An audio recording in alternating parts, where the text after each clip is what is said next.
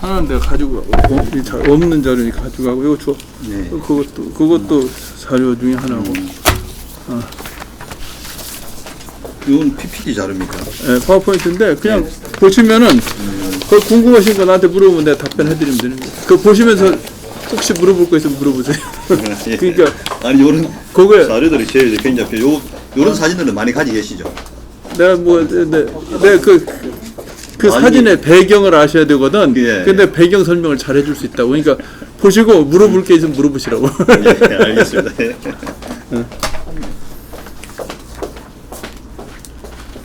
일단 저희는 요거는 인터뷰 순서대로 진행하시고 나중에 이제 요 부분도 저희들 추가 질문하는 걸 그렇게 해서 예. 그렇게 해서 편하시지. 네. 전화를 내 전화를 빼야겠구나. 진동으로 놔야겠구나. 우리가 여기서 좀 하다가 이 근처에서 알만데 식사하시고 또 하고 그럴 때 있죠.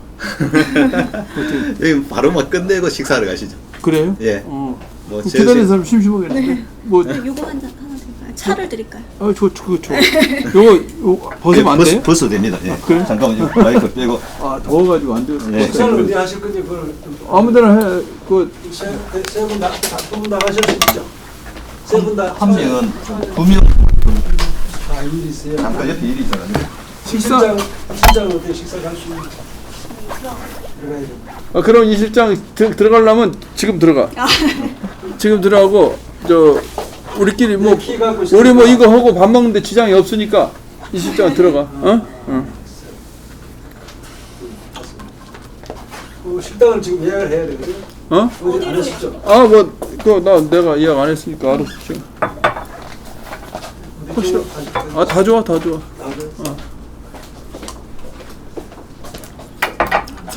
우리 김 교수님이 뭘 좋아하시는지 한번. 저도 다 좋아합니다. 저도. 이게 이러면 막연하다고. 우리 골치 아픈 거야 이게. 근데 아무렇게나 정해 그러면 별 수 예, 없어. 그러면 명동 보리밥집으로 가시랍니까? 뭐 다 좋지. 요 4월과 5월 가보셨어요? 4월 가봤지. 4월에 보리밥. 4월 보니까 그렇게 낫지. 거기 조용 거기 특이하던데 여기 앞에 그 집에다가 4월 보니까 7시 반에 7시 반에? 7시 반 5명 만나고 4월에 얘기 시작하면 그렇게 쉽게 안 끝날지도 몰라. 8시 정도. 삼촌이 8시 정도 하죠. 석 총장 8시. 얘기 그렇게 내가 얘기 시작하면 그렇게 쉽게 안 끝나 나도. 8시요? 예, 8시. 지금 시간 이거 8시. 네. 식당은 4시간 지나면은 골치 아픈데 8시래. 식당 안 한다고. 예, 알겠습니다. 예. 요 이렇게 가지고 있으면 돼? 예, 옆에 두셔야 됩니다. 예. 이거 서로 마주 보는 게 낫지 않겠어요? 어때? 이게 낫습니까? 카메라 때문에 지금. 마주보면 좋은데. 카메라 이렇게 하는 게 좋습니까? 거기가? 예, 여기 스포. 좋으실 대로 하세요. 예. 좋으실 대로. 좋으실 대로. 좀 그래 장소가 좀 그래가지고 카메라 여기서 비추기가 좀 힘들었어요. 예. 반갑습니다. 이렇게 귀한 시간 내주셔가지고. 예.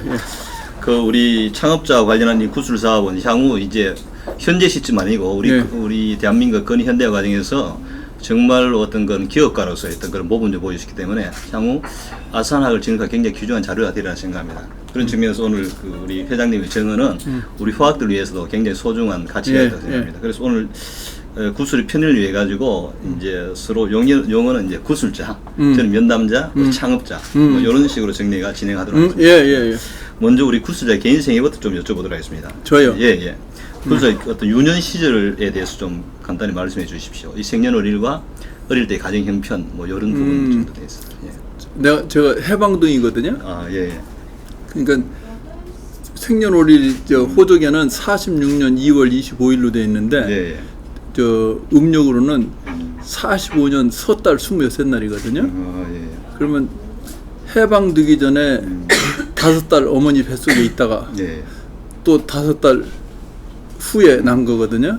해방되고 난 5달. 그러니까 해방 8.15를 중심으로 해서 5달은 어머니 5달 앞뒤 5달 어머니 뱃속에 있었어요. 예. 그러니까 우리나라의 상황은 익히 짐작할 수가 있죠. 아주 우리나라 상황 중에서 상당히 격변기에 어머니 뱃속에서 예. 잘 먹고 자랐죠. 예. 그렇게 했고, 그랬고, 그다음에 이제 6.25가 1950년도에 났지 않습니까? 예. 그럼 내가 만 5살 때거든. 예. 근데 내 6.25 확실한 기억은 없는데 6.25 때 우리가 피난 가고 아주 예. 부분적으로 기억은 나요. 예. 부분적으로 기억은 나고. 근데 그때 우리나라의 이 생활 수준이라는 거는 경제 수준이나 생활 수준은 굉장히 낮았죠. 그러니까 많은 사람들이 전부 다 농사 짓는다고 그랬는데 예. 말이 농사지 집 앞뒤에 있는 텃밭을 가지고 농업이라고 부르는 거거든. 예. 그리고 뭐 우리나라 사람들 우리 부모 세대 분들 중에 학교를 제대로 다니고 그다음에 직업을 제대로 가지고 있던 분이 참 드물거든요. 예. 근데 참 그 어려운 시기에 어떻게 그래도 건강하게 나가지고 잘 입히고 먹이고 그래가지고 학교도 보내주시고 그래가지고 예. 나는 아주 복 받았는데 우리 부모 세대하고 나하고는 그러니까 굉장히 큰 차이가 있어요. 예. 우리 부모 세대도 우리 부모 세대는 대충 1910년에 1910년대거든요. 예. 그때 태어난 한일 합방 때 태어난 분들이거든. 그분들은 참 더 불행했고 참 아무런 시대를 살았지. 그렇죠? 네. 그때는 교육을 받을 수가 없는 분들이 많았어요. 네. 그 집안 형편과 관계없이 우리 그러니까 우리 할머니가 우리 아버지를 학교를 보냈다거든. 근데 네. 그 학교가 일본인 학교 아니에요. 예. 우리 할아버지가 왜 우리 애들을 일본 놈 학교에 보내느냐? 학교 보내지 마라. 그래서 학교를 안 보냈거든. 서당 좀 다니다가 말았거든. 그리고 우리 어머니는 그 교육조차도 못 받으시고 뭐 그런 분들 사이에서 내가 태어났거든요. 근데 우리는 다행히도 6.25 이런 과정을 거치면서도 학교는 무조건 가는 것으로 돼 있었잖아요. 그러다 보니까 교육을 제대로 받았잖아요. 네. 교육을 제대로 받다 보니까 우리 부모 세대 교육을 제대로 못 받은 사람하고 교육을 제대로 받은 사람하고는 생활의 틀이 완전히 달라진 거죠.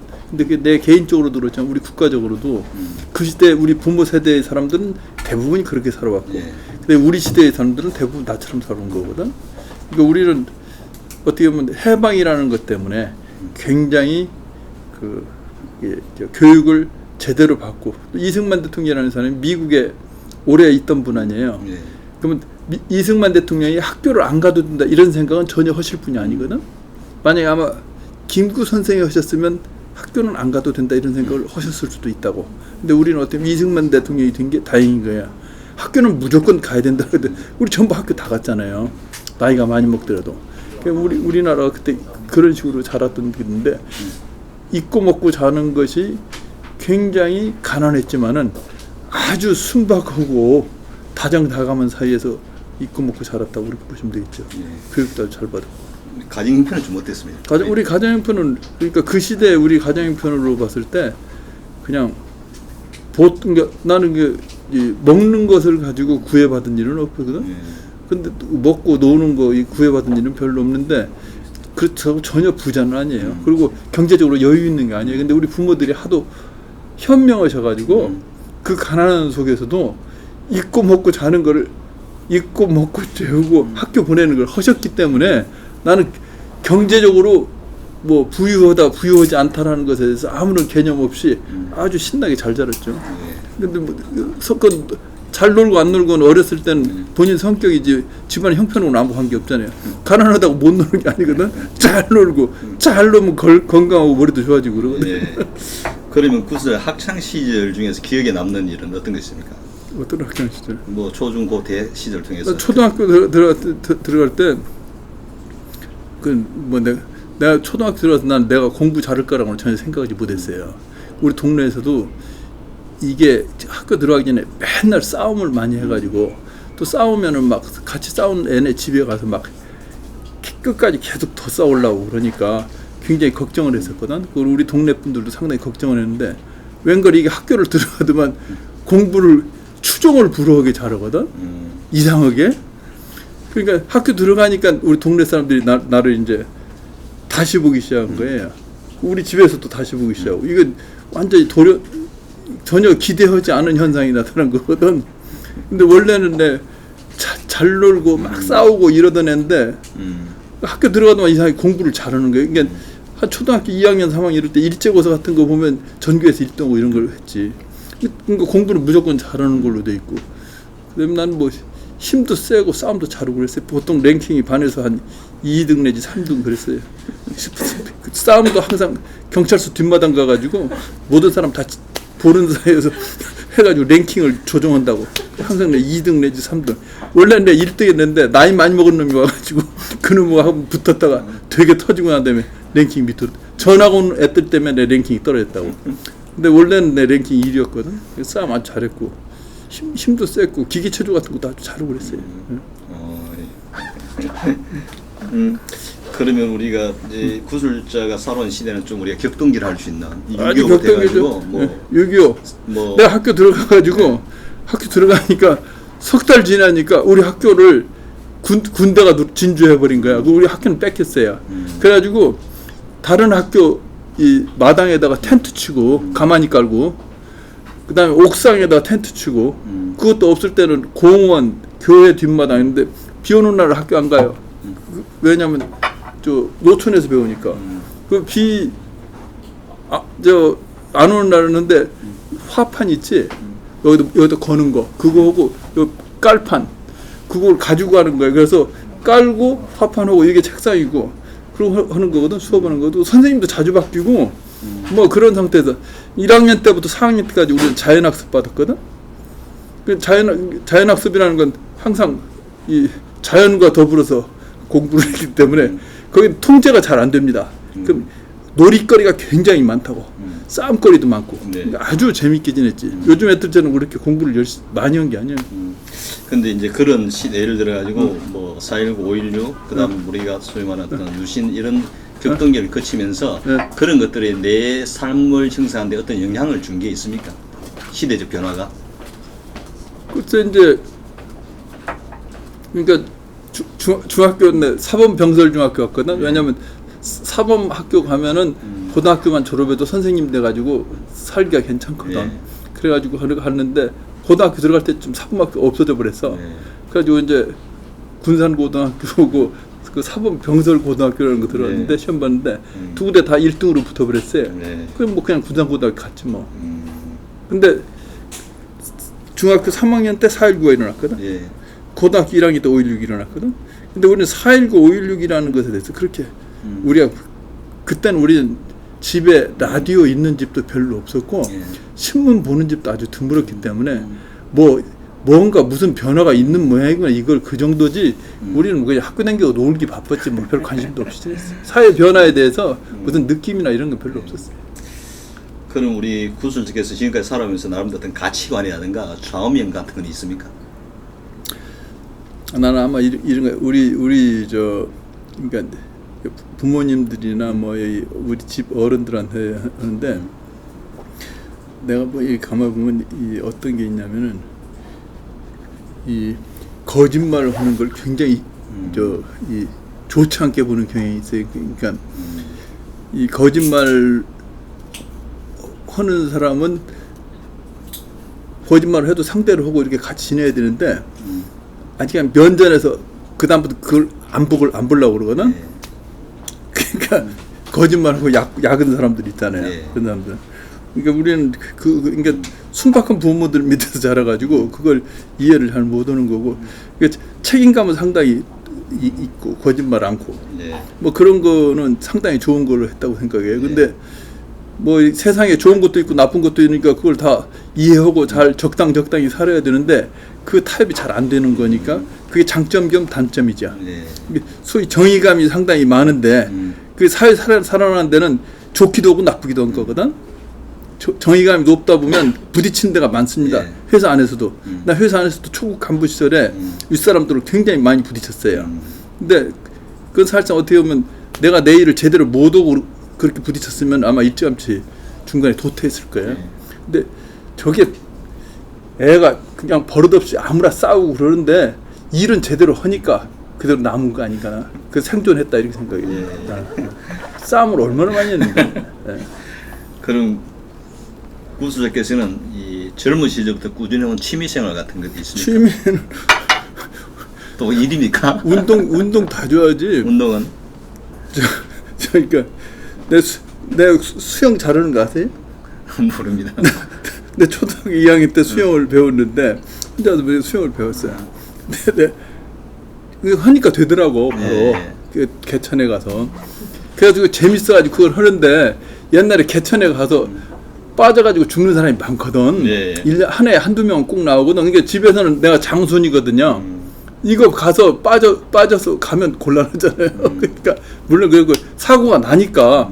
그러니까 수영만 갔다 오면 매를 맞는 거예요. 네. 소반호에다 올라가지고 매를 때리고 그러는데 그래도 수영을 하고 싶어가지고 수영을 한다고. 일단 대책 없이 일단 수영부터 해놓고 그다음에 이제 집에 안 들어가고 집 밖에 뱅뱅 돌다가 저녁 때쯤 모르겠지 하고 이제 들어가는 거야. 근데 어떤 놈이 꼭 집에 가서 잃는다고. 우리 동네에 또 그런 놈들이 있어요.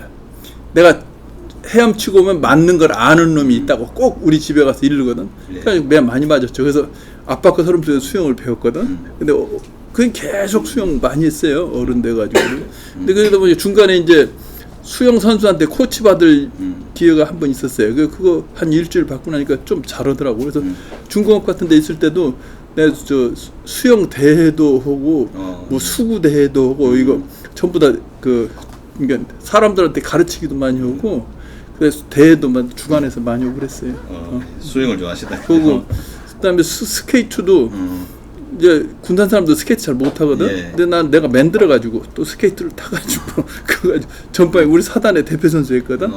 그 연대 대표 선수지. 그래가지고 거기 가서 5,000m 선수 해가지고 군대 생활 2개월은 스케이트만 탔거든. 뭐 그런 거 보고. 그다음에 뭐 노는 것도 좋아하죠. 사람들하고 노는 거. 뭐 기계체조 같은 것도 많이 했어요. 기계체조는 초등학교 한 5학년, 6학년부터 중학교 한 1학년, 2학년 때까지 그 요번에 누구지? 그 정도까지는 아니고 근데 내가 뜀트를 상당히 잘했다고. 그거 지금 도마라는 거 있잖아요. 그 우리 반에서 제일 높은 거 뛰고 그래가지고 언제든지 내가 제일 먼저 뛰고 나머지 애들이 오는 거 손으로 이렇게 보조해서 받쳐주고 이랬었거든. 초등학교 5학년 때 내가 공중회전을 할 줄 알았어요. 뛰어가다가 도약대에서 뛰어가지고 한 바퀴 돌아 떨어지는 거 할 줄 알았거든. 그리고 뭐 이렇게 철봉에서 철봉 평행봉에서 대차한다고 하잖아요. 거꾸로 쓰고 돌고 하는 거. 그거 중학교 2학년 때 할 줄 알았었거든. 이거 잘하는 거예요. 네, 건강하신 것 같습니다. 그럼 이제 풋살 직장 생활에 대해서 좀 여쭤보도록 하겠습니다.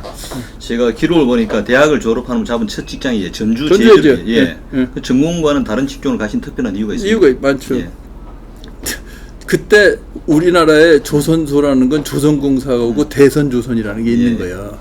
근데 조선공사가 하는 게 250톤짜리 어선 되어가지고 뭐 수출하는 대만에 열몇 척 그것이 신문에 날 정도고 72년도에 18,000톤짜리 발크 캐리아 해가지고 판코리아 진수하는 것이 우리나라 대한뉴스에 나오고 그랬었다고. 그러니까 조선산업이 있기는 있었는데 아주 영세했어요. 내가 대학을 들어갈 때는 나는 조선 산업이 어떻게 된다는 거를 전혀 알지 못하는 상태에서 그냥 조선과를 들어간 뿐이라고. 내가 대학을 들어간 거는. 그러니까 얘기를 정리를 하면은 내가 대학 들어가는 게 64년도에 졸업했는데 65년도에라고 1년 꿇고. 근데 내가 공부를 계속 잘했다고 했잖아요. 공부를 무조건 잘하니까 공부 잘하면 그때는 무조건 공과대학 가라고 그러는 거예요. 무슨 얘기 알겠어요? 1960년대 우리나라는 공부 잘하는 애들은 전부 공과대학 갔어요. 어떤 사람들이 내가 공과대학 갔다니까 공부 잘했으면 왜 저 법대나 의대나 상대를 가지고 공과대인데 그때는 공부 잘하는 애들은 전부 공과대학 갔다 물어보라고. 1960년대 중반에 어느 대학에 가장 우수한 재원이 뭐였나 물어보라고. 전부 공과대학 갔거든. 나도 공과대학을 가긴 가야겠는데 이게 보니까 무슨 기계, 전기, 전자, 무슨 섬유, 화공 이런 건 좀 섬세하고 여성스럽기도 하고 뭐 이런 거 치밀하고 이런 거 아니야. 근데 이건 내가 적성이 안 맞는 거야. 근데 적성이 맞는 게 조선, 토목, 광산 요거 1지망, 2지망, 3지망 썼어요. 그 다음에 재수해가지고는 성적이 아주 좋아졌었는데 그때도 또 그걸 썼거든요. 사람들이 너 기계과나 뭐 전자과나 이런 거 하도 했는데 야, 난 조선과가 적성에 맞을 한다고 그랬거든. 근데 내가 첫 번째 시험에 떨어졌을 때는 내가 왜 안 떨어질 놈이 떨어졌다고 학교에서 국회의원을 동원해가지고 문교분에 시험 점수를 확인했는데 222점이 커트라인인데 221점 맞았더라고. 그러니까 1등으로 떨어진 거예요. 근데 1년 재수해가지고 그 다음에 시험 봤을 때는 내가 1등으로 합격을 한 거예요. 조선공학과에. 그래서 내 조선공학 서울공대 조선공학 그 1등으로 떨어졌다가 그 다음에 1등으로 들어간 사람이에요. 그러니까 그거거든. 그래서 조선과를 간 거예요. 근데 그래서 갔을 뿐이지 무조건 공과대학 공부 잘하니까 공과대학 가라고 해서 갔을 뿐이지 무슨 조선과를 나오면 나중에 뭘 하느냐 안 하느냐 이런 것에 대해서는 우리는 개념이 아까 얘기했잖아요. 집에 동네 라디오 있는 집도 드물고 신문 볼 일도 없는데 무슨 과 나오면 뭐가 되는지 조선공사가 있는지 없는지 우리는 모르는 거거든. 산업의 형태를. 그러니까 갔는데 졸업을 할 때쯤 돼서 보니까 조선공사에서는 사람을 안 뽑는 거야. 무슨 얘기인지 알겠어요? 네. 뽑을 그 회사가 하도 그러니까 조선공사가 있긴 있는데 사람 그러니까 월급도 못 주고 우리 선배들 중에 조선공사에 취직한 사람들이 월급이 제 날짜에 안 나오고 조금 월급이 얼마 안 되고 그러니까 부산에 가서 살기는 살아야 되잖아요. 그러니까 조선공사에 적어 놓고 부산 시내에 가서 아르바이트 하고 있더라고. 회사가 돈을 제대로 안 주니까 그 회사 사람을 안 뽑고 그러니까 나는 이걸 어떻게 하지? 난 근데 ROTC를 했었거든. ROTC 한 이유는 뭐냐면 내가 만약에 학업을 중간에 중단하면은 이건 대학교를 내가 졸업하기 힘들 거다 이렇게 생각했어요. 근데 우리 가정 형편이나 뭐나 대학교 들어가가지고 학비하고 책값은 장학금 받아서 했고 그다음에 숙식은 내가 벌어서 했거든. 근데 그 생활을 계속 할 수 있을 거라는 보장이 없잖아요. 그래서 중간에 군대 가면은 학교를 졸업 못 할 것 같아.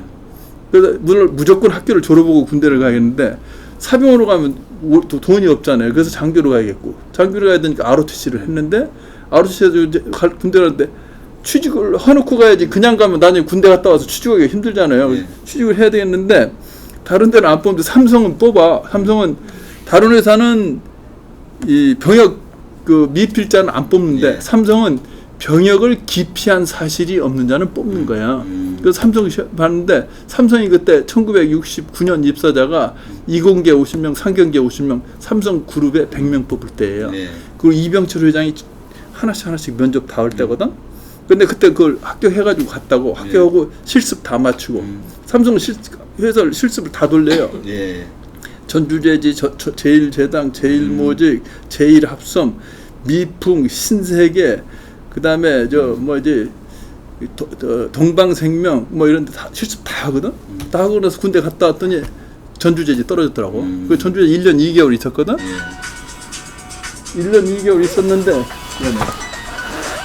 전화 그거 놔둬버리지. 내 것 같은데. 그 1년 2개월 근데 그때 이제 72년도에 현대중공업이 사람을 뽑기 시작했어요. 그래서 왔죠. 근데 현대중공업이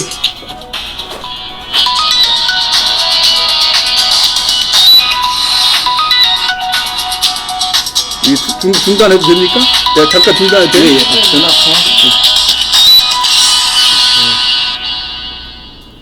여보세요. 네. 네.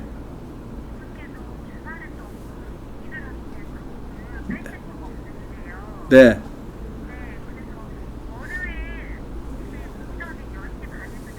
월요일은 내가 무슨 일이 있는데 잠깐요.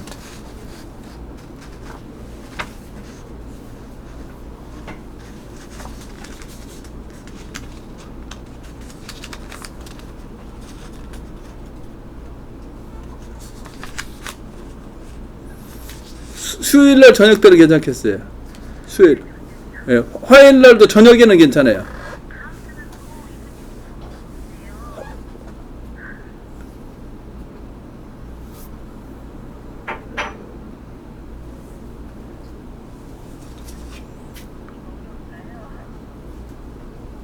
화요일날 저녁 때는 괜찮은데.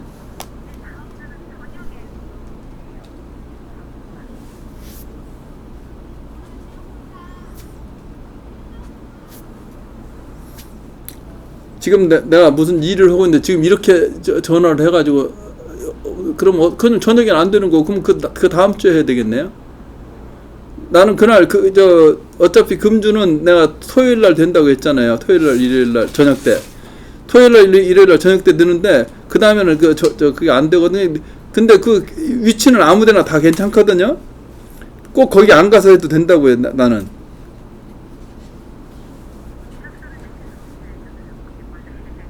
원래가 어디 있어요? 아무데나 쓰면 되지. 뭐게 잠깐 그래서 어떻게 했으면 좋겠는지 생각을 해보세요.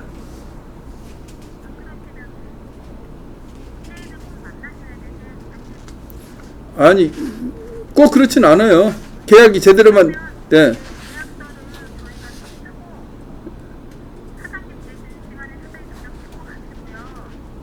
예. 예.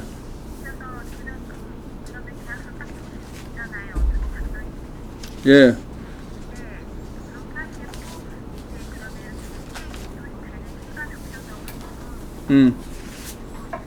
예.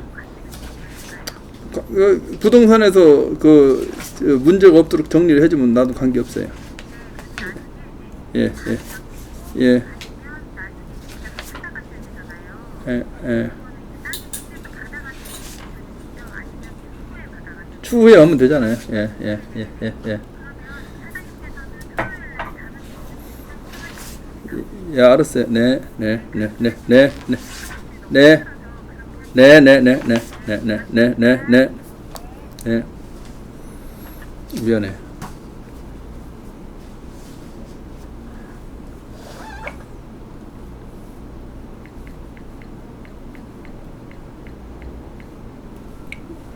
그래서 우리 이제 선배들이 현대중공업에 온 사람들이 뭐라고 해서 왔죠. 그래서 그냥 현대로 1년 2개월 있다 왔어요. 전지 1년 2개월 있다. 예. 근데 그때만 해도 삼성의 이병철 회장이 면접에서 뽑은 사람이 회사 그만둔다고 하면 그 현장에 있는 저 부장이나 과장들이 입장이 곤란한 거예요. 무슨 말인지 알겠죠? 회장이 뽑았는데 니들이 어떻게 걸려서 얘가 그만두는 이렇게 될 수 있잖아요. 그러니까 잘 안 보내주려고 그래. 사표를 수리를 안 하려고 그래. 그럼 내가 설명을 해야 되잖아요. 예. 우리 회사 참 좋고 모든 게 다 좋은데 내 조선과 나왔지 않습니까? 나 조선도 가야 되지 않습니까? 그거 가지고 계속 그분들은 한 2주간 실갱이 해가지고 겨우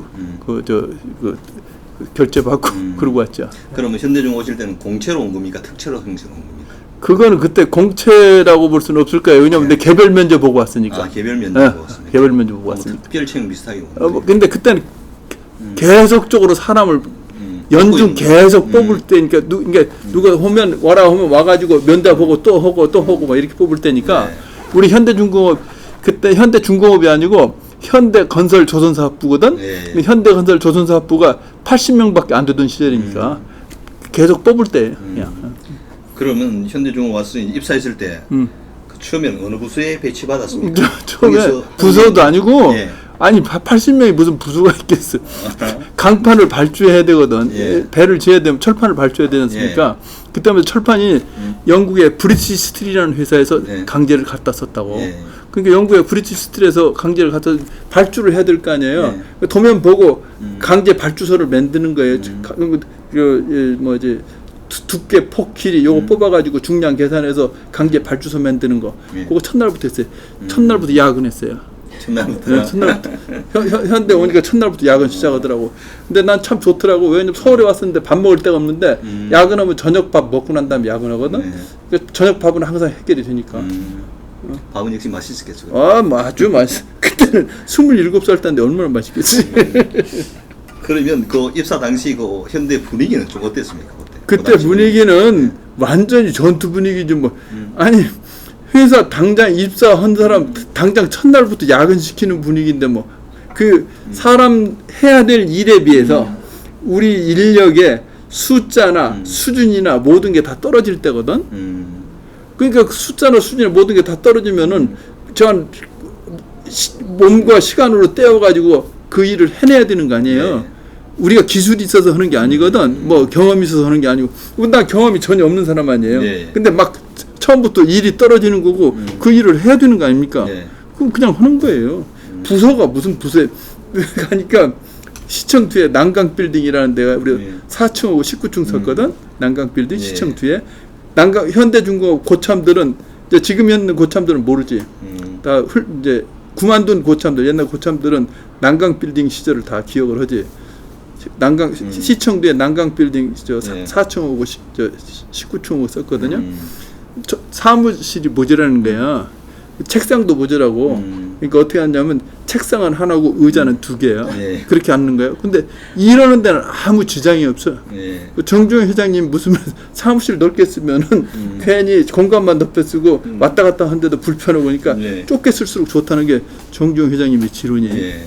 그래서 그렇죠. 아무 지장 없었어요. 그럼 이제 뭐 이제 좀 활성화되면서 이제 조선사업부 좀 체제를 갖췄을 거 아닙니까? 조선- 체제를 갖췄을 때 이제 그때 부서가 좀 몇 개 나눌까? 네, 저도 그래가지고 이제 울산에 내려갔다가 울산에 이제 저 72년 10월 28일 날 내려갔는데 내려가고 난 다음에 거기 가서는 이제 선각 설계라는 걸 하라고 그러더라고. 선각 설계. 아, 선각 설계. 선각이라는 게 배의 구조예요. 구조. 구조 설계. 배의 구조 설계를 하는데 그 우리가 뭐 경험도 없고 뭐 아주 처음 있는 사람이 뭐 설계를 하면 얼마나 그땐 도면을 영국의 스콧 리스코라는 데서 사왔거든. 예. 스콧 리스코라는 거 얘기 들으셨죠? 예, 들었습니다. 스콧 리스코라는 데서 사왔기 때문에 그 도면을 갖다가 우리가 할 수 있는 쓰는 도면을 만드는 거거든. 예. 그 도면을 일단 사온 거라고. 근데 그거 가지고 하는데 거기도 이제 고칠 것들이 많이 있거든. 근데 처음에 한 것이 슬로트 스탠다드라는 걸 만들었어요. 예. 슬로트 SLOT 이 구멍이요. 예. 그 배에 들어가면 이 종통제가 통과할 수 있도록 배 이 저 스킨에다 구멍 뚫는 거거든요. 근데 그걸 변경해야 되는 거예요. 그걸 옛날 타입은 크랙이 많이 발생한다고 그걸 약간 둥그렇게 맹글어야 되는데 그걸 하려고 하다 보니까 배 앞에서부터 뒤에까지 이게 전부 다 있는데 그걸 갖다 전부 다 그 하나하나 낱개로 전부 다 이거 그때는 NC 테이프라는 걸 썼어요. 예. 뉴머리컬 컨트롤 테이프라는 그거 가지고 철판을 절단을 했거든. 근데 그거 옛날 NC 테이프 프로그램을 해가지고 집어넣습니다. 근데 그걸 해석기화적으로 좌표를 전부 다 만들어가지고 집어넣어야 되거든. 근데 그걸 슬롯도 하나하나마다 전부 다 하려면 그 일이 많잖아요. 그래서 내가 그걸 스탠다드를 만들었다고. 그게 회사 들어가고 난 다음에 한 2달 있다 만드는 거니까 회사의 기준서를 그때부터 만들기 시작했죠. 그러니까 이 일은 닥치면은 경험이 없어도 다 한다 이렇게 생각해 나는. 경험이 없어도 다 한다. 경험은 그렇게 중요한 게 아니다라는 건데 그 다음에도 많이 겪었어요. 하려고 하는 사람이 하는 거지 경험 있는 사람이 하는 게 아니에요. 그러면 창업자의 첫 만남은 어떻게 이루어졌습니까? 면접 볼 때 그때는 아니에요. 우리 그때 면접은 저 부장하고 차장이었어요. 백춘기 씨라는 분, 고상영 씨라는 분인데 그럼 첫 만남 언제 이루어졌죠? 처음 만남은 우리 정정 회장님을 처음 만난 건 나는 아마 이거 같아요. 우리가 이제 73년 3월 20일이든가 23일이든가 그때 그 시업식을 합니다. 아까 그 사진 줘봐요. 예. 시업식 사진 봤습니다.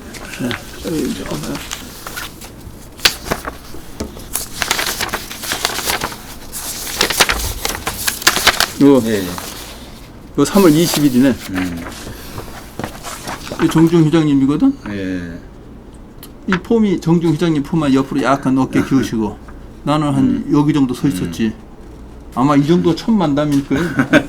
3월 그다음에 3월. 이건 뭐 만남이라고 볼 수가 없죠. 이건 여러 사람들 후이시하시는데 후이시를 대면은 대면은 나는 내가 생각하기에 개인적인 대면은 77년도에 그때 내가 과장 시절에 예.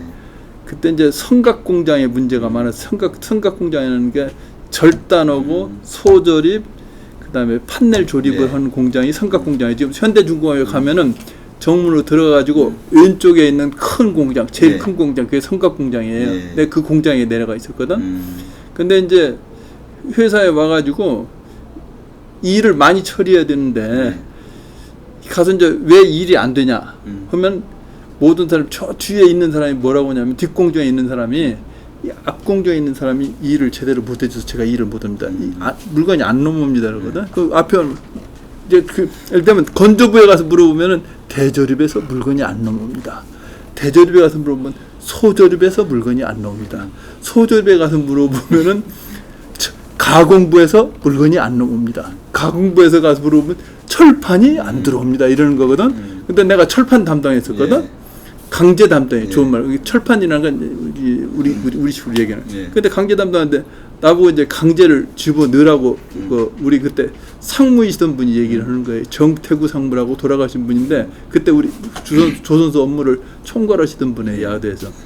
그분이 내가 이제 강제 담당을 했었는데 내가 그때 대리 과장 때인데 아마 이제 눈에 좀 띄었겠지. 그러니까는 너 가서 저 철판 좀 집어넣으라고 하더라고. 그럼 자재관리부 가서 철판을 집어넣는데 장부하고 현무하고 잘 맞지도 않는 철판을 이렇게 쌓여있는 철판을 갖다가 골라가지고 집어넣는 게 이렇게 쉬운 일이 아니에요. 그걸 집어넣으려면은 머리도 아주 기획력이 있고 업무의 현황을 꿰뚫고 있어야 되고 현장에 직원들하고 소통이 잘 돼야 되고 그 다음에 밤낮 없이 왔다 갔다 할 수 있는 지구력이 있어야 되고 그래야만 철판이 들어가는 겁니다. 네. 왜냐하면 이 일이 체계적으로 돼 있지 않기 때문에 지금처럼 되는 게 아니거든. 네. 그러니까 누군가 머리심이 있고 고집이 있고 끝장을 보겠다는 사람이 붙어야 이 일이 들어가는 거거든. 그 철판 집어넣는 걸 내가 가서 했거든.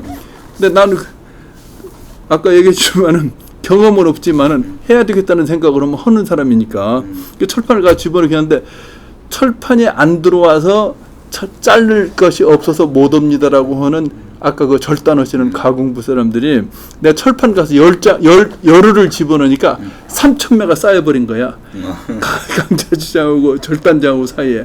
그러니까 그 우리 그 정태구 상무라는 분이 나보고 네가 가공해 이렇게 된 거예요. 근데 그때 가공하시는 분이 가공에 나보다 현장 경험이 많은 사람이 있었어요. 개인적으로 이름을 얘기하면 또 그 사람들은 그분들은 그때 보니까 하루에 아무리 네가 노력을 해도 아무리 자기네도 해도 180매 이상은 못 자른다는 거야. 근데 내가 내 나름대로 내가 이제 뭘 만들었냐면 가공 계열이라고 해서 가공 장비별로 이 가공 그 계열이라는 걸 만들어 가지고 그 가공 그 이게 절단의 흐름 도를 만든 사람이거든. 가공 계열이라는 게 지금도 그대로 써요. 네. 가공 계열이 한 20개 돼요. 근데 나는 그런 걸 설계해서 한 사람이니까 업무 내용을 설계 내용을 잘 알거든. 그러니까 내가 계산하니까 280매 나오더라고. 네. 그러니까 이렇게 설계 있는 사람이 280매 나온다니까 네가 잘 해봐라 이렇게 된 거지. 현장에 네가 죽었다 깨어도 280매밖에 못 올 거야. 근데 왜 내가 가서 설계 시작하니까 280매 계산했는데 웬걸